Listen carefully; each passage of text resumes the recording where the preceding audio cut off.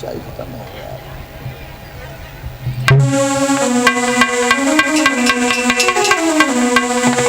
कि रोई रोई कहे धुरब सुकुमारी, हरे मैया मोई मौसी ने मारो।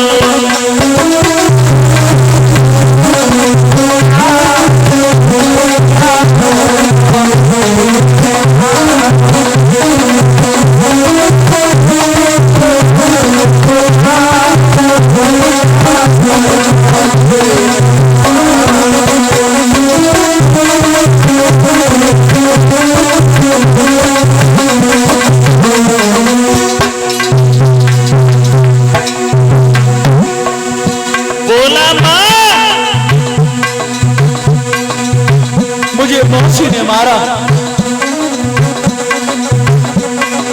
ये कहा कि ये तेरा पिता नहीं है। हम खेल रहे तो भैया और तब तक आई गई मैया। हम खेल रहे तो भैया और तब तक आई गई मैया। अरे बने गोल से उठारी मैया मोई मौसी ने मारो।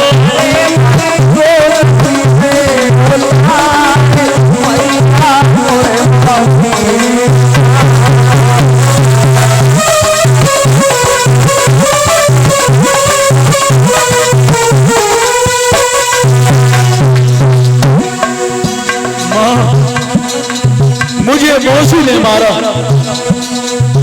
सुनीति ने कहा लाला, मौसी और मैया की मार कभी बेटा के लगती नहीं है। मौसी ने मारो तासे तो रोए रोए। ध्रुव ने कहा तू किस बात का नहीं है, मुझे मौसी ने मारा। मौसी ने यह कहा कि तेरा पिता जंगल में रहता है। माँ सच बता दे, क्या मेरा पिता जंगल में रहता है? दुखिया बोली लाला, जो जंगल में पिता रहता है वो तेरे अकेले का नहीं है, संसार का पिता है। तो ध्रुव बोला माँ अब मेरी सुन ले। मेरे कपड़न को रंगवाई दे, कोई बन को विदा कराई दे।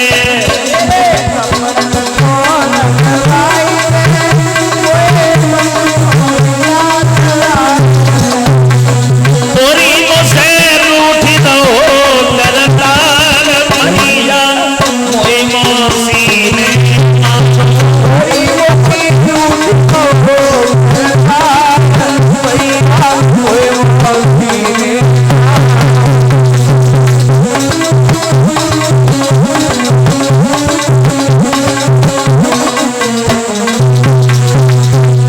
ये कहा मौसी ने मारा मुझे, और माँ मैं जंगल के पिता को ढूंढने के लिए जाऊंगा। तो रो करके दुखिया बोली लाला, रोवे तेरी बात मन को लला नहीं जाइए। रोवे तेरी बात मन को लला नहीं जाइए। रोवे तेरी बात मन को लला नहीं जाइए। रोवे तेरी बात मन को बन को लला मत जाइयो, बड़े दुख पाइयो।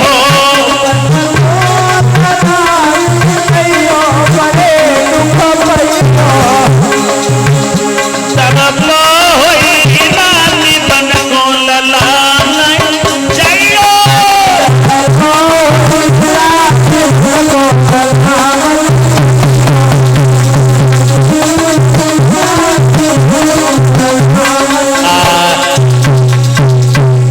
ये कहा लाला तू मुझे छोड़ करके मत जाना।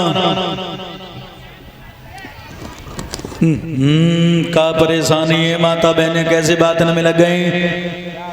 ये 201 रुपया हमारे करीब भिजवा रहे हैं डॉक्टर प्रदीप यादव तरफपुर से। 201 रुपया प्रवीण यादव भदुआ के रहने वाले हैं, और 100 रुपया बाबू और लाडो एका से धन्यवाद।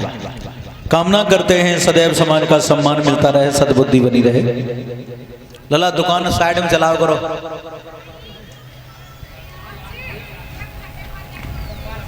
बैठ जाओ जी।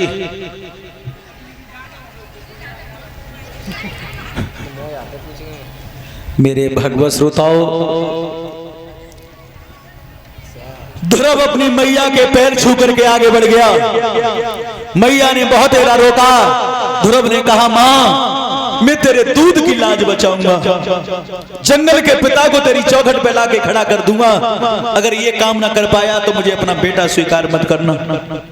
ध्रुव जब बढ़ गया, मां रोने लगी। ध्रुव ने कहा, मां तुझे मेरे सर की कसम है, तू रोइए नहीं, तेरे आंसू मुझे रोक देंगे, तू रोना नहीं।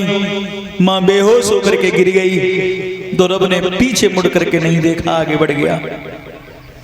खबर पहुंच गई उत्तानपाद महाराज पे। 12 उम्र में 5 साल का बेटा तपस्या करने के लिए जंगल में जा रहा है, तो कलेजा फट गया महाराज का।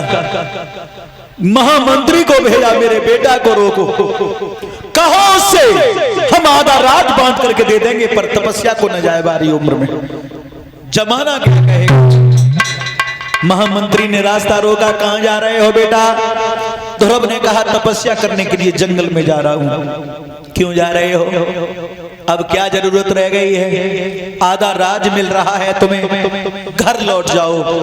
ध्रुव विचार करने लगा, बारे परमात्मा, तूने इतनी जल्दी सुन ली मेरी? अभी तेरे नाम की शुरुआत की है मैंने, आधा राज मिलने लगा मुझे। कहां मेरे लिए, मेरी मैया के लिए 2 टाइम की रोटी नहीं है चैन से। और जिस दिन तुम्हें प्राप्त कर लूंगा उस दिन पता नहीं क्या क्या मिलेगा। मंत्री से कहा, मेरे पिताजी से कहना हमें विभाजन नहीं चाहिए, हमें राज का लालच नहीं है, मैं जाऊंगा तपस्या करने के लिए। आगे बढ़ गया। जंगल में जब प्रवेश किया तो देव ऋषि नारद से भेंट हुई। बच्चे ने हाथ जोड़े, प्रणाम किया पैर छू करके। नारद बड़े प्रसन्न हुए, बच्चा बड़ा संस्कारी है, शिष्टाचार आदान प्रदान करना जानता है।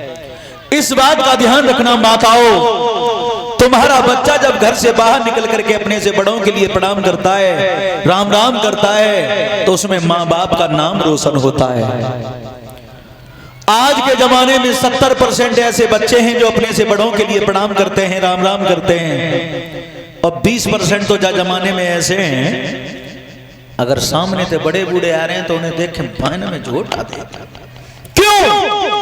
वो ये जताना चाहते हैं कि हम पे है जवानी और इन पे है बुढ़ापा। लेकिन यदु भाई इस बात का ध्यान रखना, बुजुर्गों के ऊपर जब जवानी थी तो तुम्हारे जैसे तो पास है कि नहीं निकले। क्यों? पहले के बुजुर्ग लोग जितना शुद्ध दूध, शुद्ध घी, शुद्ध मट्ठा और शुद्ध पानी पचाए बैठे हैं, उतना अवैवान में पानी नहीं पचे। अंदाज करके देख लेना, जो समझ रहे हो ना कि हम पे जवानी है, तो उन्हें सांझ को बड़े से कटोरा में मटर की दाल कुड़ के प्याई दियो, सब रात खेती ना बतरंगे।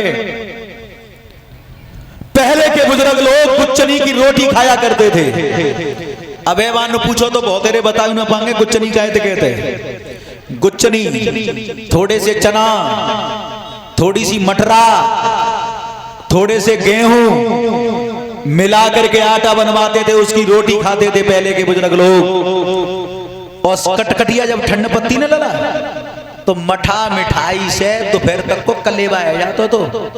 और जो अब समझ रहे हैं हम पे जवानी है, उन्हें जब ठंड कटकटिया पड़ रही हो तो ज्यादा दिन आना है, लगातार 4 दिन सवेरे सवेरे मठा प्यात रही हो, निमोनिया दाबिलेगी निमोनिया।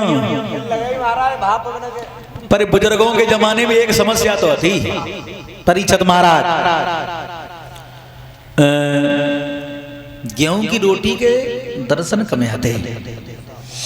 जैसे काऊ काऊ दिना हेतु रिश्तेदार आ जाता है शाम को घरे, तो बड़ी बूढ़ी टुकरियां जो होती ना लला सूती धोती को,